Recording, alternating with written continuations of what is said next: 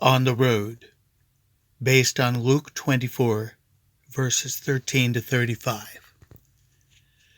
That same day, two of them were walking to the village of Emmaus, about 7 miles out of Jerusalem.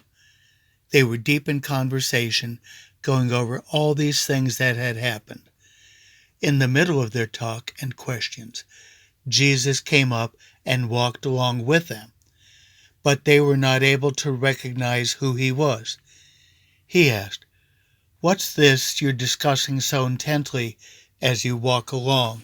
They just stood there, long-faced, as if they had lost their best friend.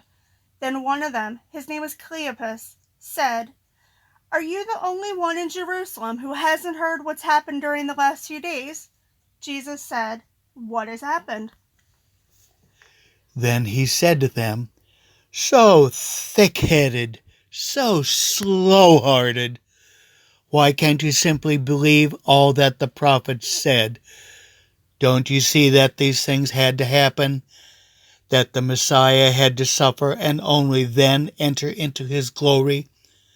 Then he started at the beginning with the books of Moses and went on through all the prophets, pointing out everything in the scriptures that referred to him. They came to the edge of the village where they were headed. He acted as if he were going on, but they pressed him. "Stay and have supper with us. It's nearly evening. The day is done." So he went in with them, and here is what happened.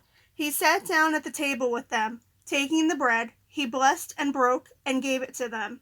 At that moment, open-eyed, wide-eyed, they recognized him, and then he disappeared.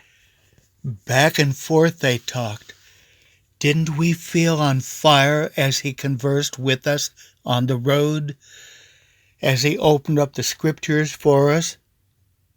They didn't waste a minute. They were up and on their way back to Jerusalem. They found the 11 and their friends gathered together, talking away. "It's really happened! The Master has been raised up! Simon saw him!" Then the two went over everything that happened on the road and how they recognized him when he broke the bread.